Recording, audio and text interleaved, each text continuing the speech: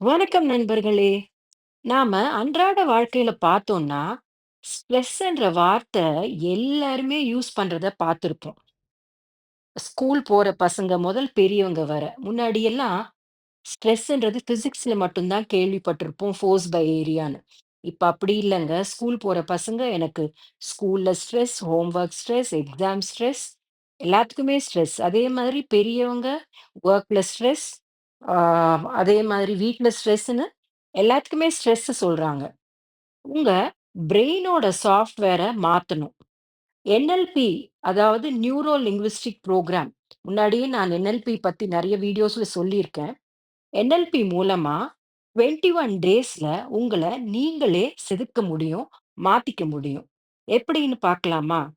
முதலாவது positive self talk. அதாவது என்னால முடியாதுன்ற வார்த்தைய தூக்கி போட்டுடுங்க. நான் ரொம்ப சிறந்தவன், என்னால் முடியும்னு தினமும் நீங்க உங்களுக்கே பாசிட்டிவ் செல்ஃப் டாக் கொடுத்துக்கோங்க. 2வது விஷுவலைசேஷன் கற்பனை பண்றது.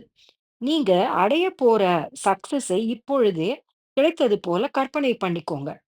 உங்க ஆழ் மனசு அதாவது சப்கான்ஷியஸ் மைண்டுக்கு நிஜத்துக்கும் நிழலுக்கும் வித்தியாசம் தெரியாம அதை நிஜமாக்க துடிக்கும். 3வது 21 நாட்கள் இதை தொடர்ந்து செஞ்சீங்கன்னா, உங்க பிரெயின்ல ஒரு புதிய நியூரல் பாத்வேஸ் அதாவது நரம்புகள் மத்தியில் புதிய பாதை உருவாகும்.